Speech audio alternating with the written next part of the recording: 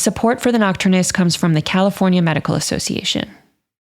At The Nocturnist, we are careful to ensure that all stories comply with healthcare privacy laws. Details may have been changed to ensure patient confidentiality. All views expressed are those of the person speaking and not their employer.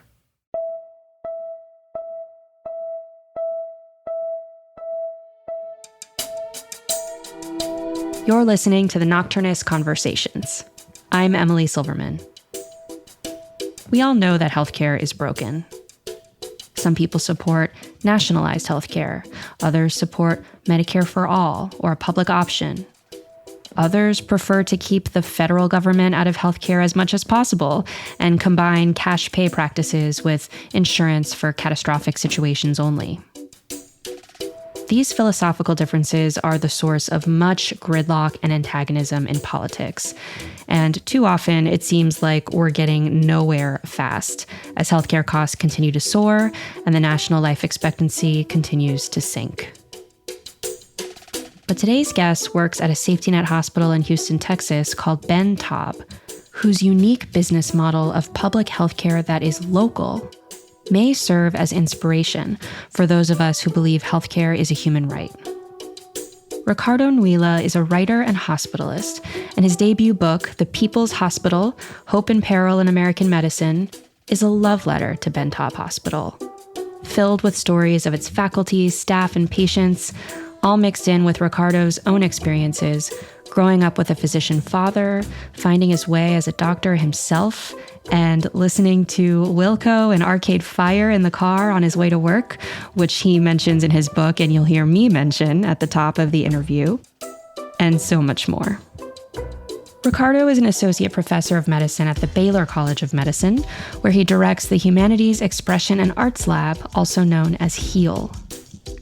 His writing has been featured in The New Yorker, Texas Monthly, New England Journal of Medicine, and Best American Short Stories, and focuses on health disparities, health policy, and the connection between art and medicine.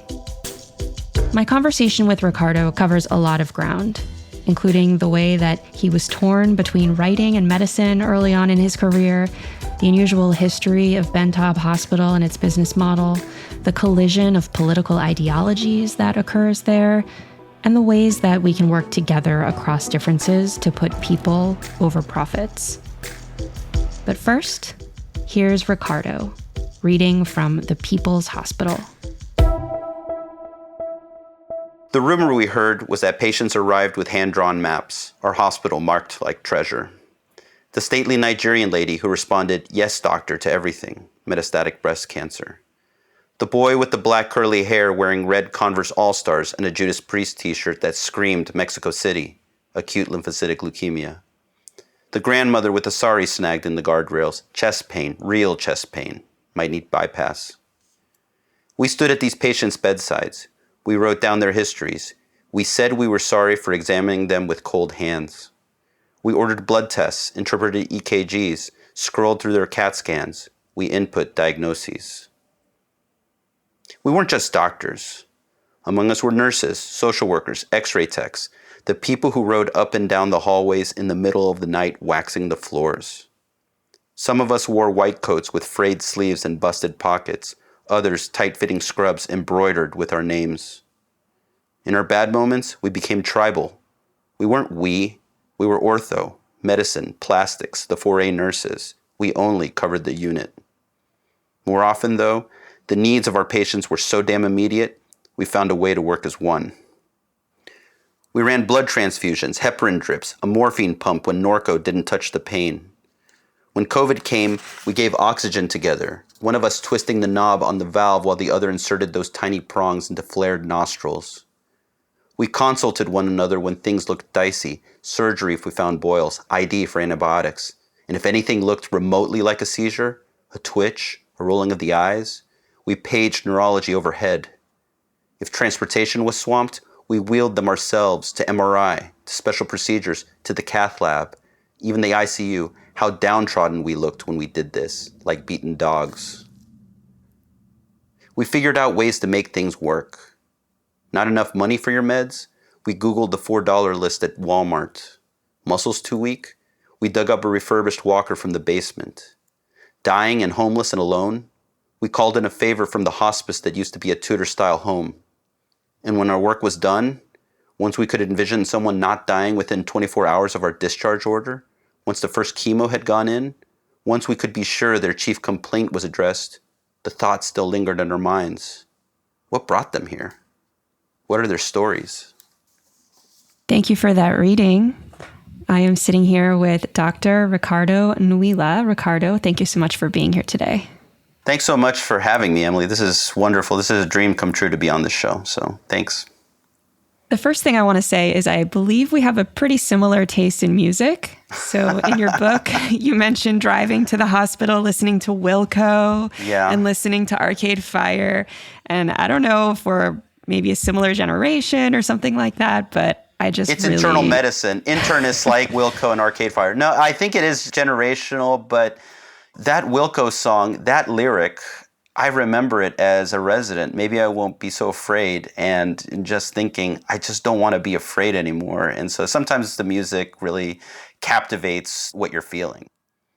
I recently went to an Arcade Fire concert here in San Francisco just a few months ago, and I remember standing in the audience and looking around and thinking to myself, we're old. I know. It's so... They're not stopping through Houston. And Win Butler's from Houston. He had a show when I was in residency here where he was at the pavilion where he used to work, and he noted that. He noted the people that he worked with, and they went all throughout the stadium in a conga line, and it was just amazing, and it was an homage to Houston. And now it seems like it's almost like the way somebody would look at Bowie, or, the way we're looking back at these bands that we love. Yeah. We were rocking out like it was 2008. So I do want to get to the book. We could talk about music. I don't mind that at all. So I loved this book. And before we dive in, I just wanted to talk a bit about you and your family and your background. So your dad was a doctor. Tell us about him and growing up around medicine and the decision to pursue medicine yourself.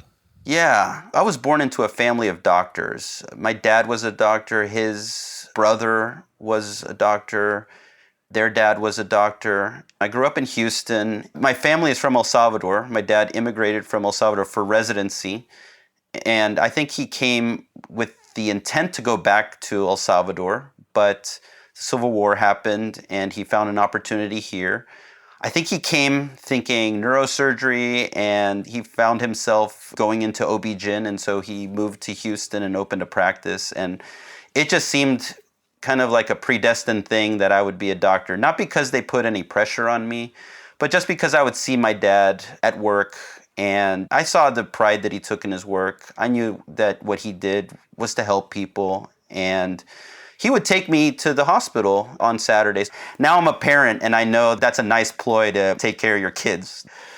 There's a fascination that kids have with hospitals that I had also. And so all of those experiences made it so that it was clear that I should try to become a doctor. And was writing always something you loved to do as well? It wasn't. It was in high school that I had a class where the teacher gave us an assignment to write an essay. I wrote an essay and I got a D-. It was a very challenging class. It was sophomore year, and we were told to read Cormac McCarthy and Willa Cather. I think that it took a teacher to call me out on, you're not understanding what's on the page.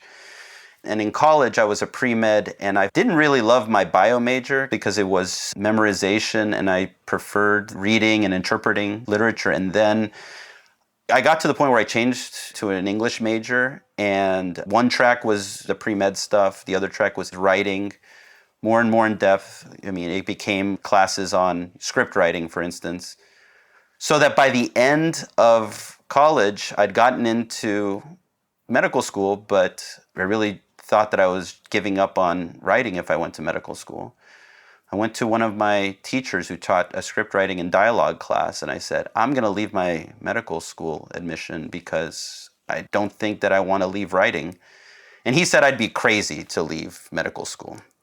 I took it as, okay, you think I'm a bad writer. But he said, you can go to writing school and learn technique, but where are you going to get your stories? And that's really been what's brought the two worlds together. So the book, as you describe it, is a love letter to a hospital, the hospital that you work at, Ben Taub Hospital. Yes. What is Ben Taub Hospital? And maybe you can tell us a little bit about the history of the hospital and just orient us to this place, this character in your story. Ben Taub Hospital is a county-funded hospital in Houston, Texas. It is the teaching hospital for Baylor College of Medicine. And if you grow up in Houston, you know Ben Taub as the location where you'd go if you got shot.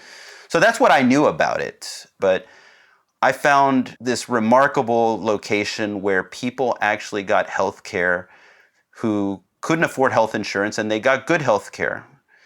They came from all different parts of the world because Houston's such a diverse city. I was getting a little bit more cynical about medicine at the time. I was seeing my dad, and he was just waging war with insurance companies on a daily basis. His whole idea about medicine had turned towards cynicism. I became very optimistic going to Ben Taub and seeing that you could just focus on medicine. And so I really loved that I could sit and listen with people and that I could learn medicine. That's how I fell in love with it, because I felt useful. I felt like it was a place where people could actually get health care, and it became the fuel for the stories that I wanted to write. In the book, you talk about how the patients who go to this hospital have all different insurance statuses. So 7% privately insured, 20% Medicare, Medicaid, and you say 63% uninsured. So tell us about that 63%. Who are they, and how have they fallen through the cracks of insurance in the post-Obamacare era? There's not one way to describe these people. They are people caught in different phases of their lives. They're different types of people. You know, Texas is a state that has not expanded Medicaid, so you can't just be poor. You have to be exceedingly poor to qualify for Medicaid. So that just widens the spectrum of the type of people who don't have insurance. There are many people who are undocumented or who are documented but do not want to pay insurance because there's this Texan ethic of, well, I don't want to get ripped off, and some people don't like the insurance. They call it a racket. You have people who are divorced and lived very comfortable suburban lives, divorced, and that's when they get ill. The way that people have access to healthcare, if we can envision this net, these are the people who fall through these cracks for some reason. So it's hard to say that there's one type. There's plenty of people who are working jobs in construction who they're not offered healthcare. There's such a wide variety, it's really hard to speak to one type of person that goes there.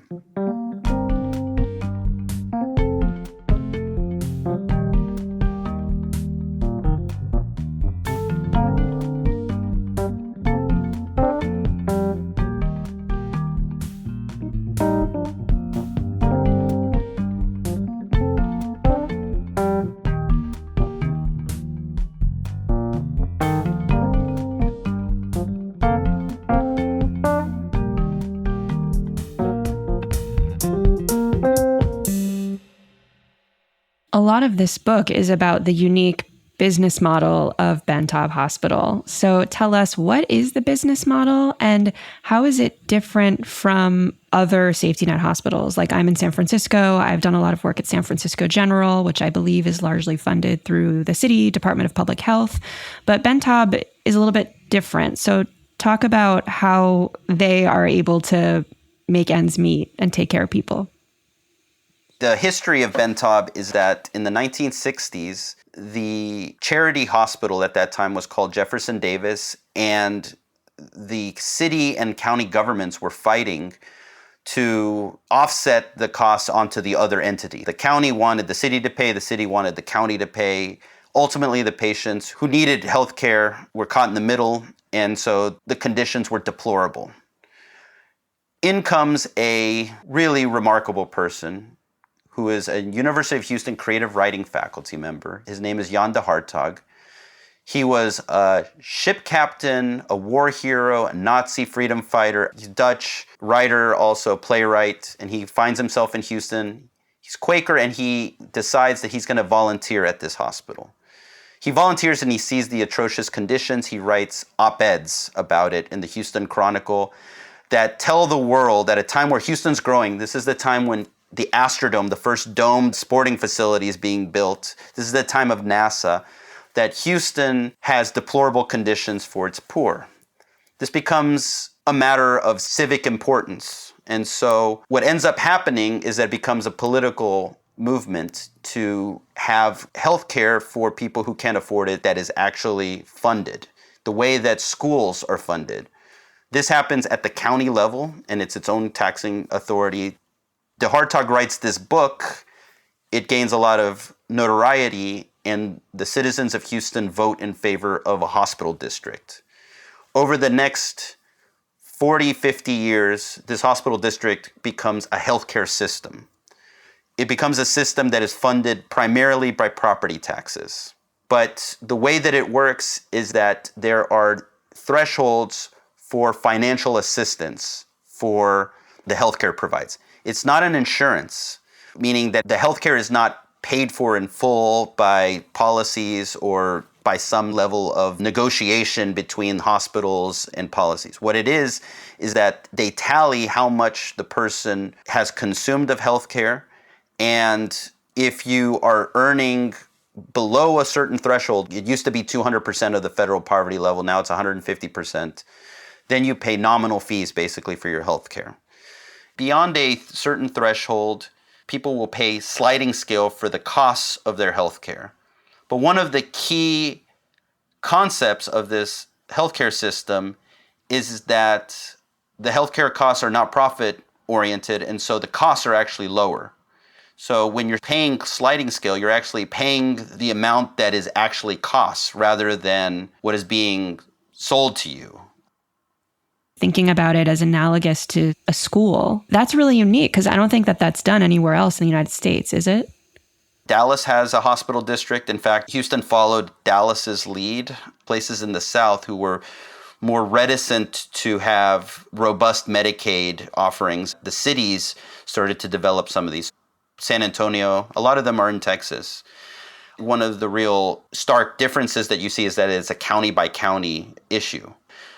One of the most difficult conversations that I have is with patients who are from right outside of the county line. They're in the Houston metropolitan area, but they live outside of the county, and so they don't qualify for the county-based benefits of this healthcare system. That's one of the difficulties that we encounter in this system, is that in the metropolitan area, it's still county-based. You mentioned Texas and the South, and these are parts of the country that skew more conservative, Republican. You talk about how Texas is really reluctant to expand Medicaid, for instance. And in your book, you say a whole array of competing ideologies collide at Ben Taub. And you say, as a place, it serves as a model for how to blend conservative values with compassionate care. And you talk about some of the different characters who work at Ben Taub. One of them is this Dr. Ken Maddox. Talk to us a little bit about that. It's just kind of unexpected. I imagine like a gun-toting swaggery, I think he was a surgeon, walking the halls at this like safety net hospital. Like, tell us a little bit about what it's like to be in the walls of this space and all the different colliding political ideologies and how that all makes sense. Yeah, it doesn't make sense because we cling so much to certain principles that we forget that in practice sometimes people with different ideologies will see a person and just say, we need to do something about this. And we forget that we have a lot of similarities because we cling to our ideology. So that's one of the things that's unique about Ben Taub, I feel like, is that it's Houston. It's a blue-purple city in a red state. It's a strange thing to make sense out of. But the way that I've seen it in practice is that people like Dr. Maddox, stark conservative, like you said, just think that the private healthcare system doesn't make any sense. And he takes pride that the county has been able to find out a way to make it cheaper and better. And he works toward that. And that's juxtaposed versus the people who are a little bit more left-leaning, who want to see universal health care, who see the undocumented and say they deserve just as much as everybody else. And what's interesting is to see this in practice. It's kind of America, right? That a lot of us will focus on our differences rather than, well, there's a problem, let's just try to solve it. In practice, what it does, these competing ideologies, I think it leads to better healthcare. One of my real goals with this book was not to preach to the choir, was to really think about how we can bring these things together. And some of the things that I hear about the healthcare policy debates are that people who lean left don't take seriously how costs are out of control, and that's a big issue for the right. And on the right, I don't know if the people on the right take as seriously that universal health care and care for people who don't have access is of utmost importance. And so that's what was amazing to me is I work in a place where this achieves it and nobody knows about it.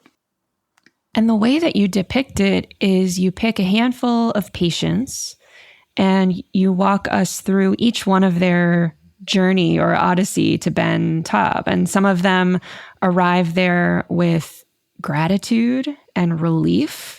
And some of them arrive there a little bit skeptical. Like we said, Texas is a conservative place. And so there's one patient in particular, I think Stephen it was, who shows up and he's sort of like, well, I don't want to take a handout. And so how did you decide which patient anecdotes to use as a way into this portrait of Ben Taub? And were you working mostly from memory, or did you go back and interview them? Or what was that process like of profiling these different patients?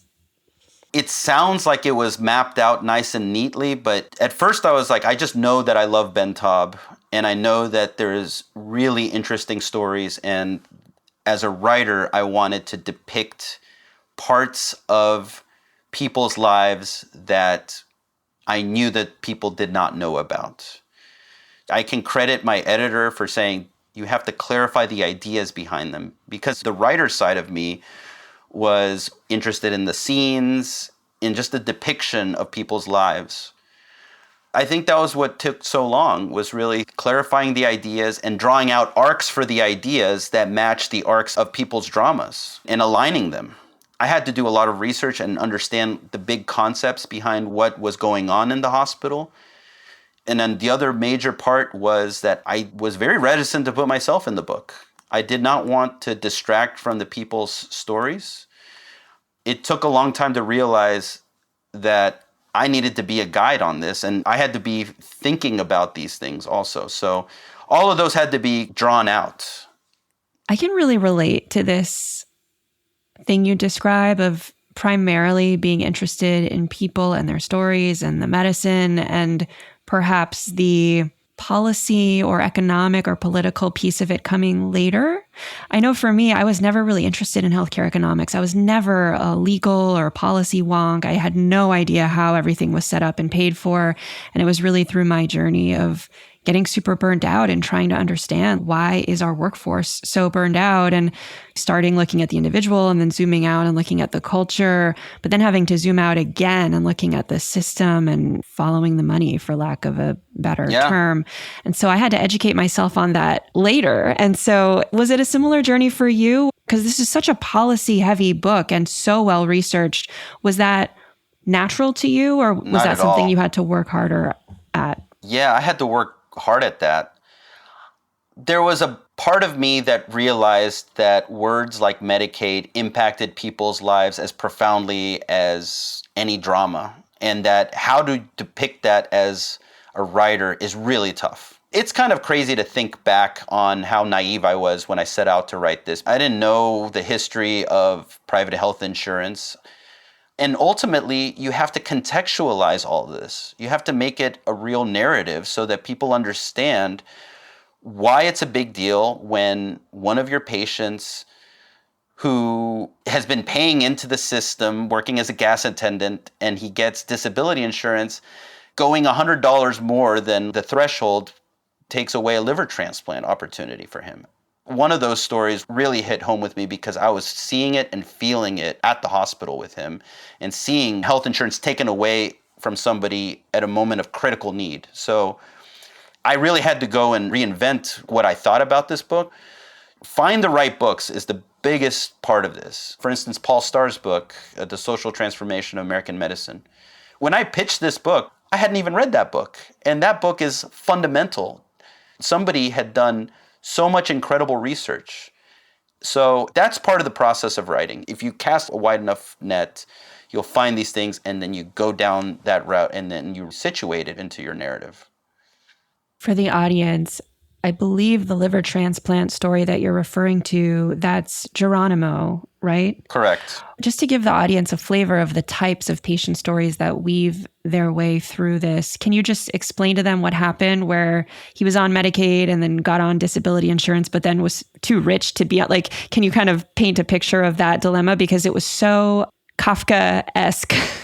It really was. Which culminates in writing this letter to the congressman. So yeah, maybe just briefly, can you encapsulate that for the audience? Because that's such a perfect example of the intersection of human drama and health policy.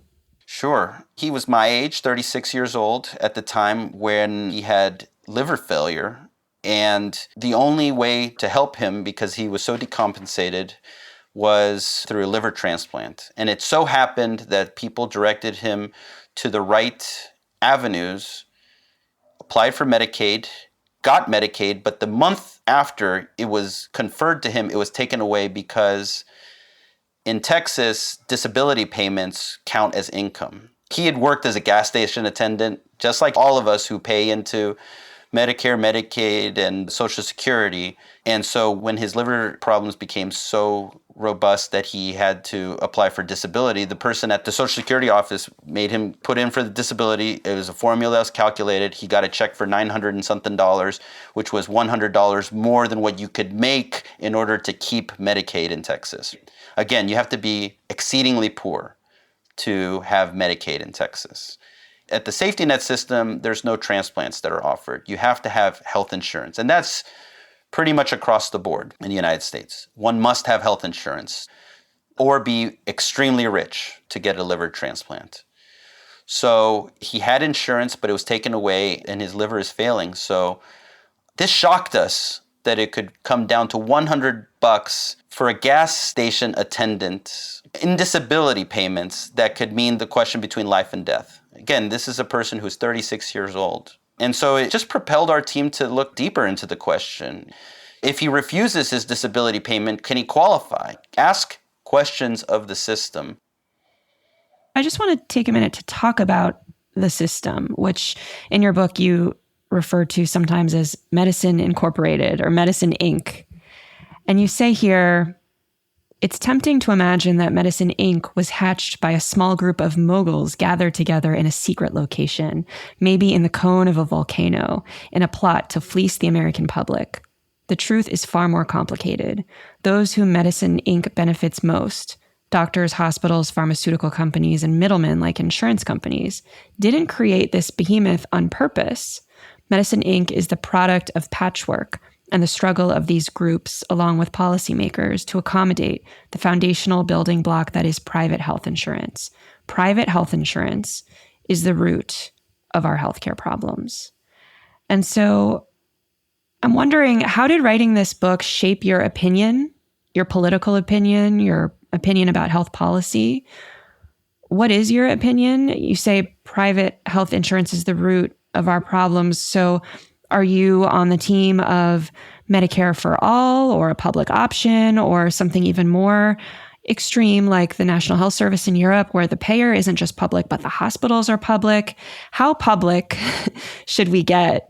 And where have you landed on that? I will tell you this. I am a card-carrying moderate, meaning like I believe in moderation. I believe that in listening to all the sides, we come together and we negotiate principles and ideologies. But yes, what I believe in right now is that we need a public healthcare system, which a lot of people would say is extreme. And I think it just really shows how extreme America is with regard to this question. Because even on the Democrat side, I think a lot of people are not behind a public healthcare system. I don't think a lot of Americans know what that even means. I've had the experience of working in a public healthcare system, and so my opinion right now is that what we're experiencing in healthcare where you go to the emergency room or you go to your doctor and you get bill after bill after bill. All of this is a manifestation of an extreme of corporatized medicine. And it's getting worse. It's getting worse with private equity. And so I think that the only way that we can save healthcare is to compete with corporate medicine. And the only way to do that is to come together as a people to recognize that we can gain something, all of us, with a public healthcare system. And that competes with it. Because imagine if you are a young person and you get to decide, I am either going to pay for my health insurance or I'm going to rely on the public system that's already there. What opportunities does that give you in your life? I think quite a bit. It's also a manifestation of autonomy. Because right now, you're bound to this system of paying, and it's corporatized. That, to me, is what is extreme. I think that we're just actually trying to balance that other extreme. One of the reasons I'm not on the team for Medicare for All is that I do think people should have choices to be able to get an extra insurance. And Medicare for All, one of the ways that it works is if you get rid of health insurances. But I think people should be able to decide if they want extra health care. And we should be able to get as little health care as we want, but our system is set up in a way where it ratchets up the health care for the purpose of profit, and it obfuscates everything so that the onus is placed on the patient to be a great consumer. But it's impossible to be a good consumer in this system.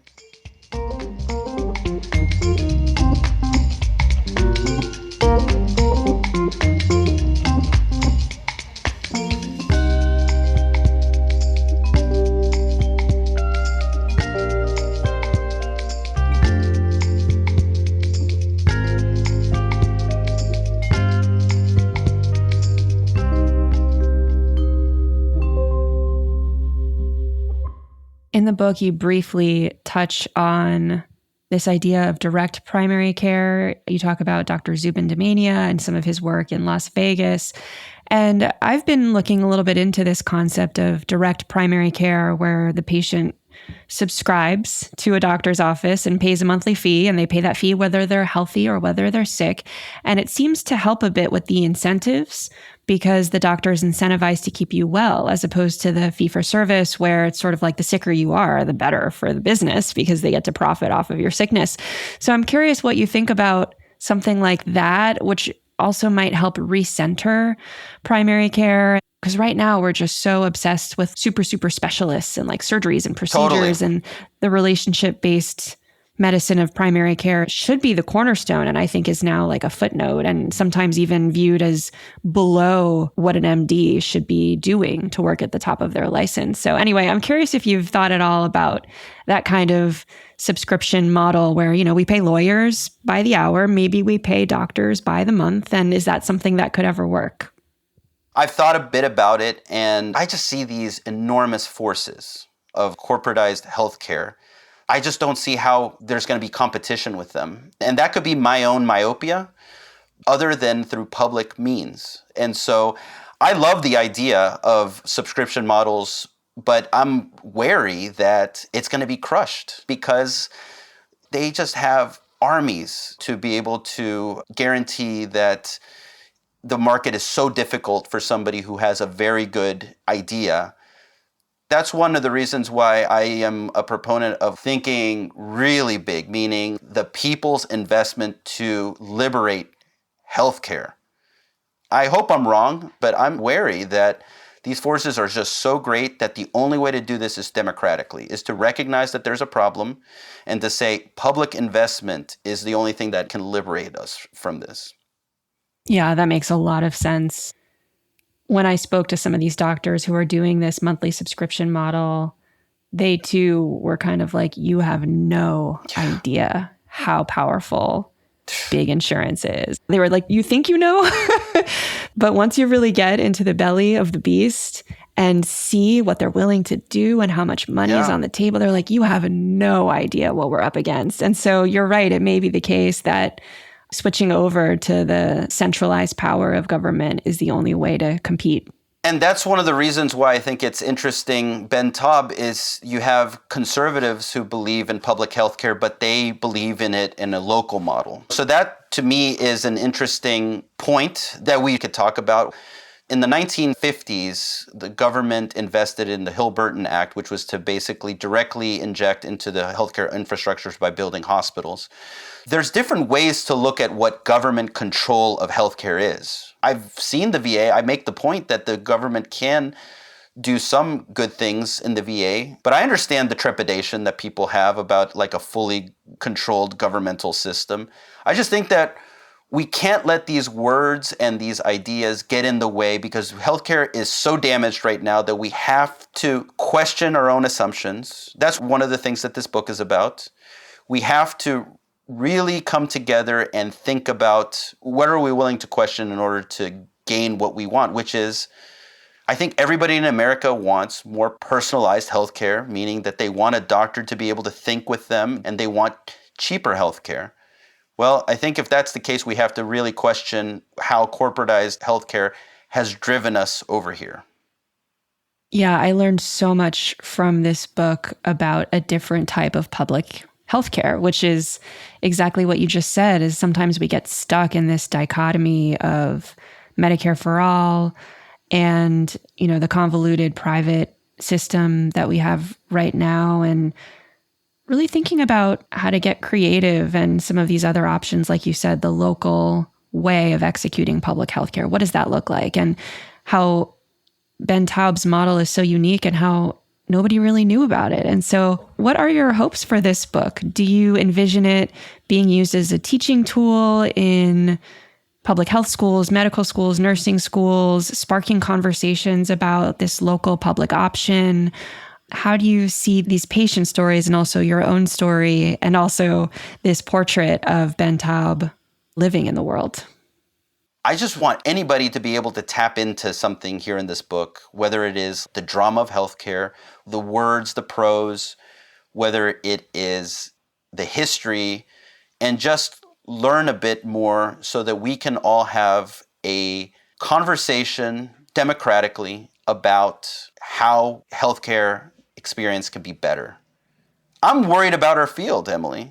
I'm worried about that this magical, beautiful thing that you can sit with somebody, listen to some of the medical problems they're having and help it out is becoming so cynical and so programmatic. And I know that there's complexity. I'm not trying to say that this is a panacea, but I think that we need to really reshape the way we think about these things.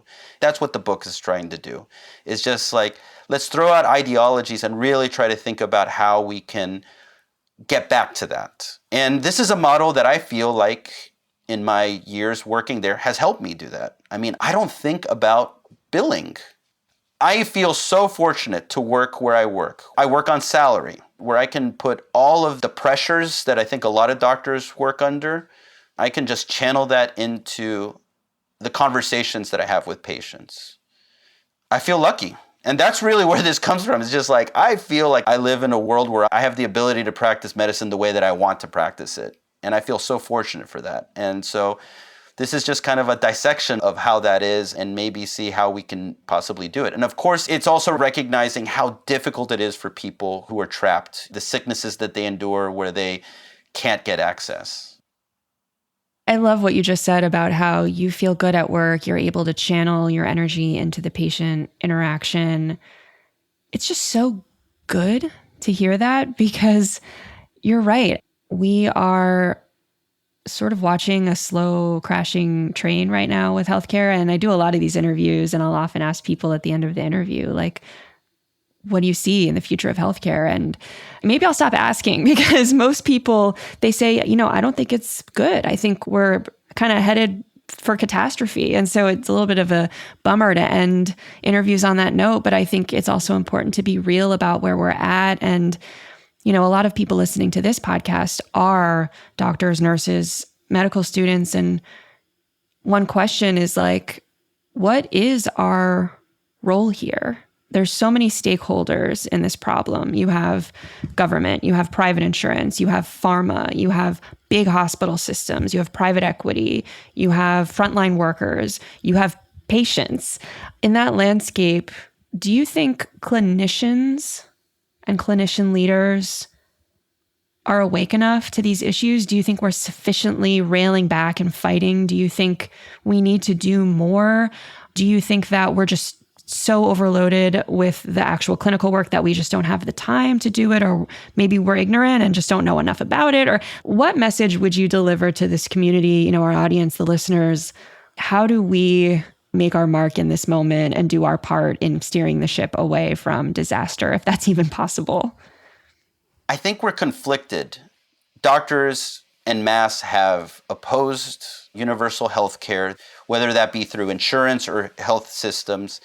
There's been multiple reasons for that, but one of them is a financial incentive. I'm not saying that every single doctor has thought about that consciously, but that's clearly the case. We earn more than our European counterparts. There's just no doubt about that. And so there's a conflict that we feel here. Are we going to have to give up a little bit of the money that we earn? And it is so dang hard to earn it too. But I think we need to reset our mind about benefits that we feel. It is a benefit to go into work and to feel like you are not contributing to this overbilling of patients or this overconsumption. I'm not saying that we all have to earn the same amount. I am totally not talking about a communistic system where everybody earns the same or anything. The models that are in England for public health are that doctors ceded a little bit of the finances so that they could have more control of the medicine. And I feel like that is the lesson that I think we should think about. Can we control how medicine occurs in the United States a bit more, and that be our benefit instead of the finances? Because right now, it's kind of like you're burnt out, here's an extra shift, you can earn more money. That's the carrot that this system is putting in front of us. But I think as doctors, we really have to think about what we want. I think we can hit a bullseye here, where we can earn what we feel like we put in, but we shouldn't be greedy. And I think that we need to recognize as a benefit how good we feel about our profession. And right now, it's as low as it can get. That's why we have to reshape our way that we look at the interplay between finances and what other benefits we're looking for from medicine. And I think that if we do like British doctors did and say, like, we will control medicine as it occurs in this system, that's a benefit. And that can make a lot of doctors maybe more happy. It's such an underexplored topic, and I think because money is so taboo to talk about in general, but even among doctors, and also just acknowledging the complexity of it. Physicians have so much more debt these days than they did. Totally. And also there's almost like a hierarchy within medicine where you do have the interventional radiologists in the community making $500,000 a year. But then you have primary care, psychiatry, family medicine, pediatrics, infectious disease. Yeah. I had a friend of mine who was an infectious disease doctor talking about how the ID fellowship slots just didn't fill really this year. And she said a lot of her friends were saying, looking at two options. I can either take care of sick COVID in the ICU and make ICU money, or I can go into ID and get death threats and not pay off my loans. Yeah. Which would you rather do? And so you're right. It is, so much of this is driven by incentives. And this is a good reminder for me to think about ways to keep having these conversations about doctorhood and money and how it's all tied up and how to talk about that. So that's something that I'll definitely be taking away from this book. Thank you for being here. And is there anything else that you'd like to leave us with? Just thank you for all you do. Everybody who listens is interested in patients in some way. Don't lose that. That's just the most important thing, is to be able to be attentive and listen to other people. That's the beauty of this practice, that we can sit down and just try to figure out problems with another human being. That's what I look at when I go into the hospital, and I feel like everybody has the capacity for this. And so I appreciate you, Emily, for making this. I think everybody responds to this show because they see that in the show. Well, thank you so much for that. I'll take that compliment with me for the rest of the day.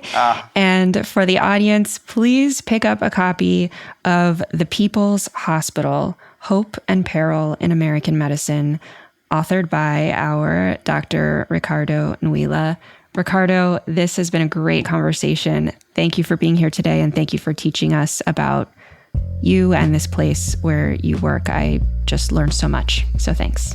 Thank you so much for having me, Emily.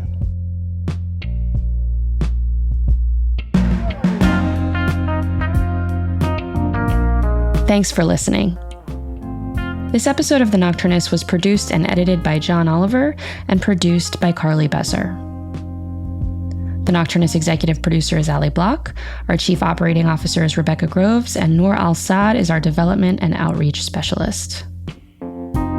Our original theme music was composed by Yosef Monroe, and additional music comes from Blue Dot Sessions. The Nocturnist is made possible by the California Medical Association, a physician-led organization that works tirelessly to make sure that the doctor-patient relationship remains at the center of medicine. To learn more about the CMA, visit cmadocs.org. The Nocturnist is also sponsored by the California Healthcare Foundation and from donations from listeners like you. Thank you so much for supporting our work. And if you enjoy the show, please help others find us by giving us a rating or a review wherever you listen to podcasts. To contribute your voice to an upcoming project or to make a donation, visit our website at thenocturnist.com. I'm your host, Emily Silverman. See you next week.